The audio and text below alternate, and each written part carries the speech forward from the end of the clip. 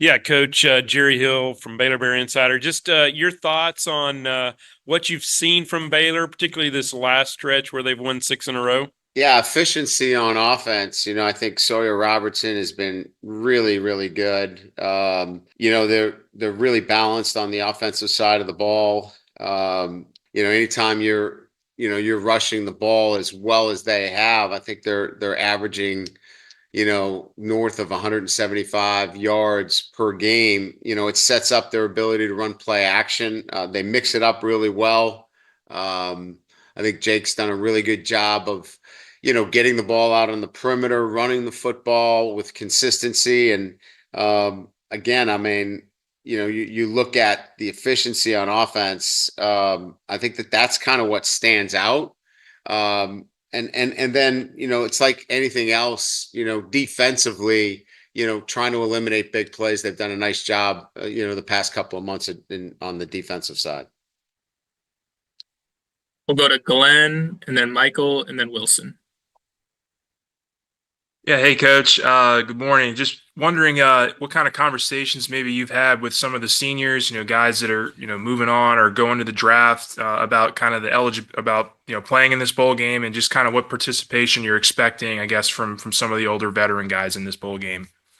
Yeah, we'll have some of the veterans that will play, and some have certainly made a decision that it's in their best interest not to play in the game. And we try to provide as much information as, and I think we're pretty detailed and I think pretty transparent in terms of what we think is best for each one of our players. And then, they meet with their agents and their family members and make the best decision. Here's what I know. The guys that will be fielding for this team will be 100% committed to getting a positive outcome. They'll be playing because they want to be playing. And that's really the most important thing, right? I mean, that you have a group of players that want to play for LSU and want to play to the standard. And so, yeah, we're going to have some guys that were playing against Oklahoma that won't be playing. And that's their choice. And we support them 100%. But we'll also have some guys certainly that feel like it's in their best interest to play in this game, whether it's leading into a declaration for the draft or it's leading into coming back or it's leading into, going into the Senior Bowl or something to that effect. So again, we're going to have a team that's committed to getting the best positive outcome in this game. Hey, Brian, good morning. Yeah, to that effect, the last time you all were in this bowl game, I think you were upstairs watching Brad field a team that had a wide receiver playing quarterback. So, Yes. how much have you talked to Garrett, and how much can you share, or are you willing to share, I guess, about, where that process is with him and your expectations for the quarterback position for this bowl game? Yeah, I mean, I think that we're going to have some, announcements on that here very shortly, where I think everybody's going to clearly know, where we are moving forward. We won't have a walk-on at quarterback. I can guarantee you that. So that will be a better place. Although that young man played extremely well, I can remember, given the circumstances of that game in 2021. But I think all those decisions are coming up here. We have our first practice tomorrow, and I think we get a chance to meet with the media here on Friday, and I think we'll have a lot more information for everybody relative to what the roster looks like.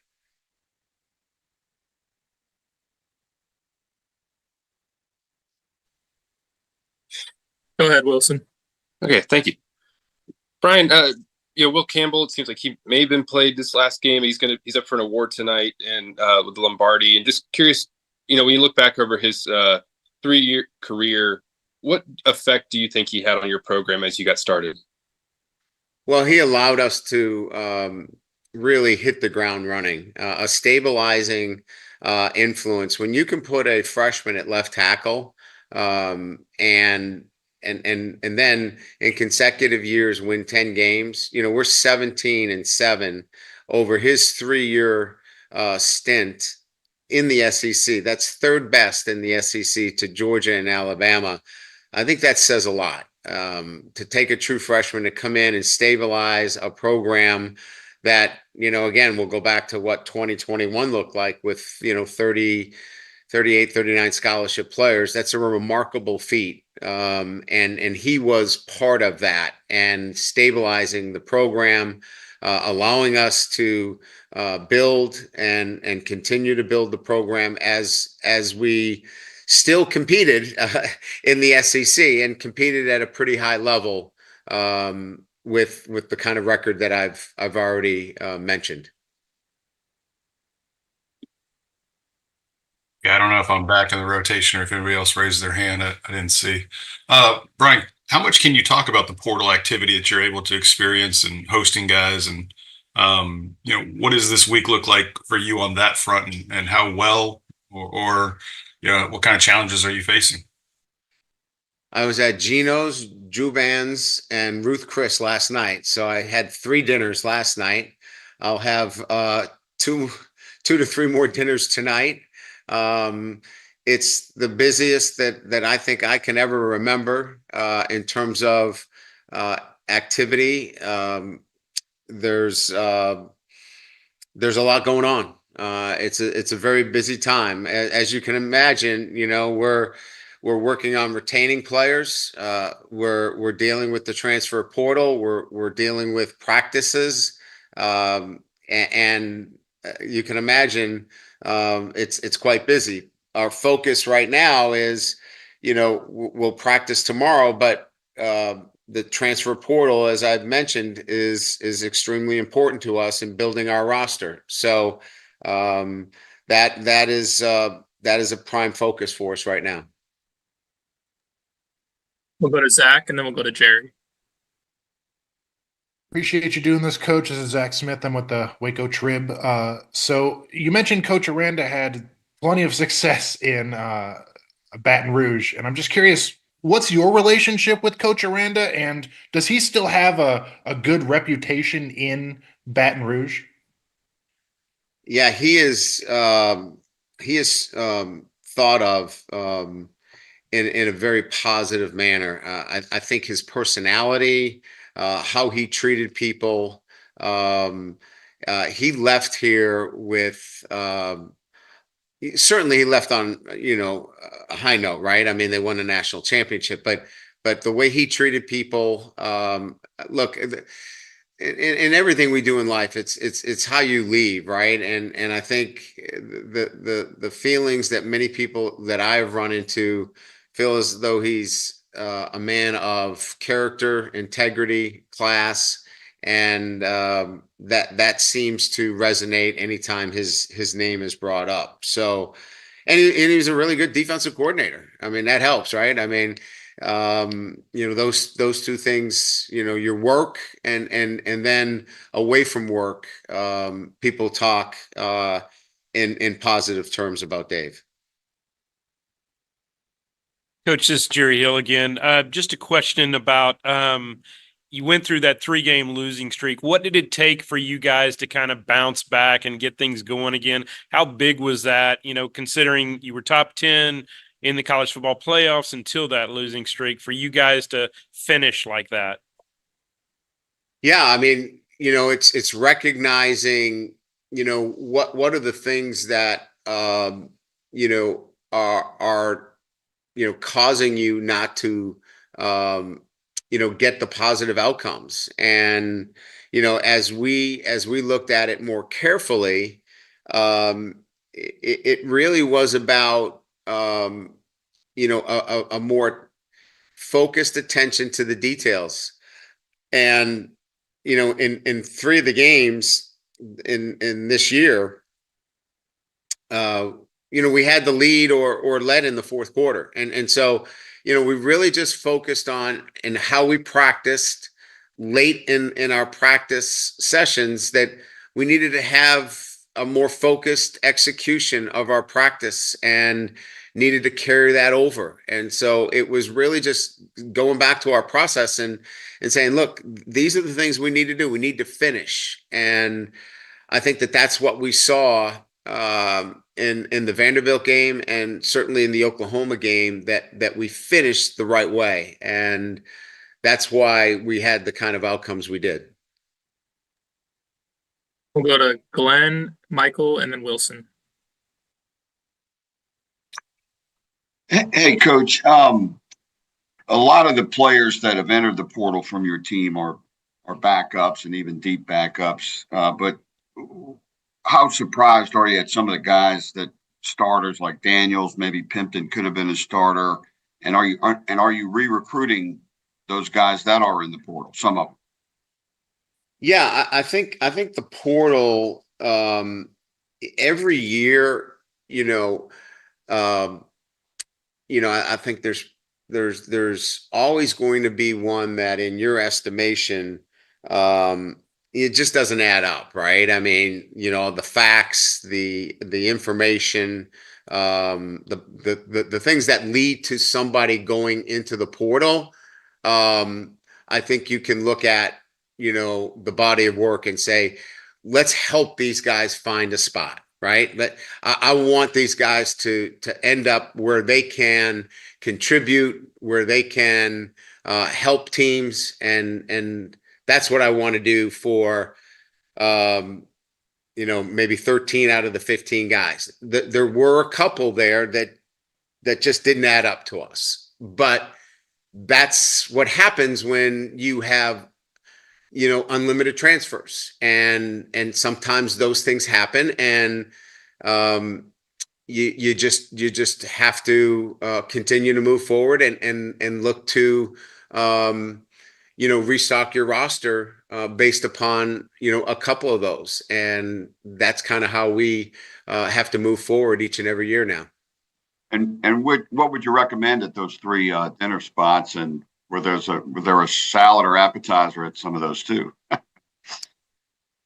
Yeah, I mean, look, you have to be able to get your team ready, and if you have to make some adjustments in terms of what you do with your scheme, then you make those adjustments, and we're prepared to do so.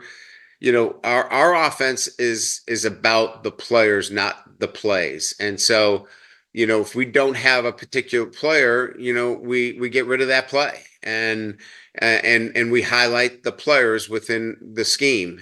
So we'll just do it a little bit differently, but we'll still be able to get the job done. Ryan, I think after your Oklahoma Monday presser, there was probably oversimplification from a lot of us, myself included, saying that you had adjusted your stance on the portal, or your approach towards the portal.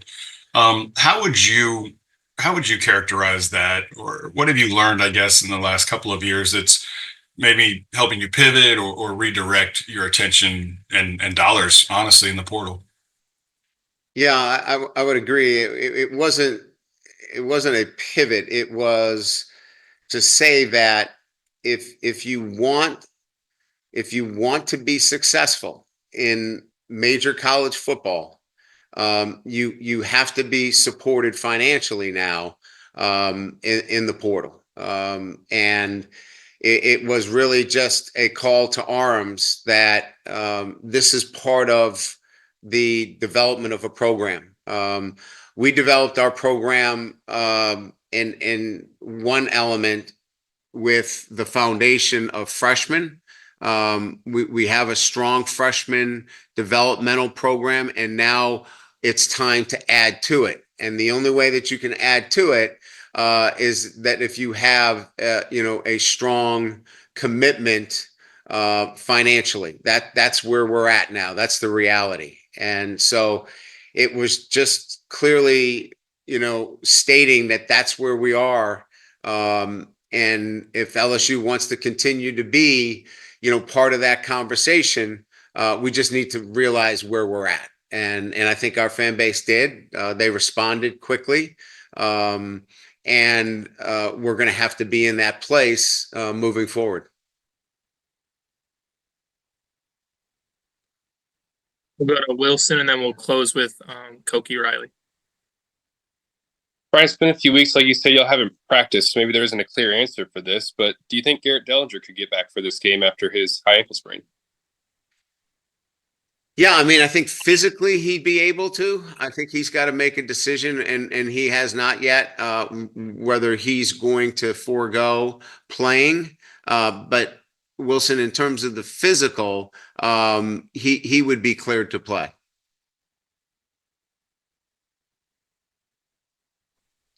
Hey, Coach.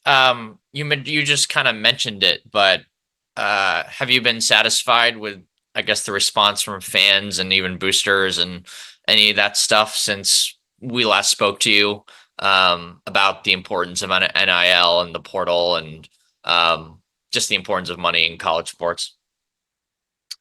It's been a good start. We've got a ways to go. I think we've gotten off to a pretty good start. We've had a combination of generous donors and a grassroots support that has definitely turned itself up and I think answered the call. But we have a ways to go. And we're going to have to be vigilant. We're going to have to continue to look for more of that support and continued support. We're out there, with meetings and showing our plan and what it looks like. But it's been a good start. And just quickly, with the portal and just how the market has worked out, whether it's you guys losing players or other teams losing players and, certain needs popping up and that maybe you didn't expect or vice versa, like how has the needs on your roster changed given the way the market is shaken out really across the country?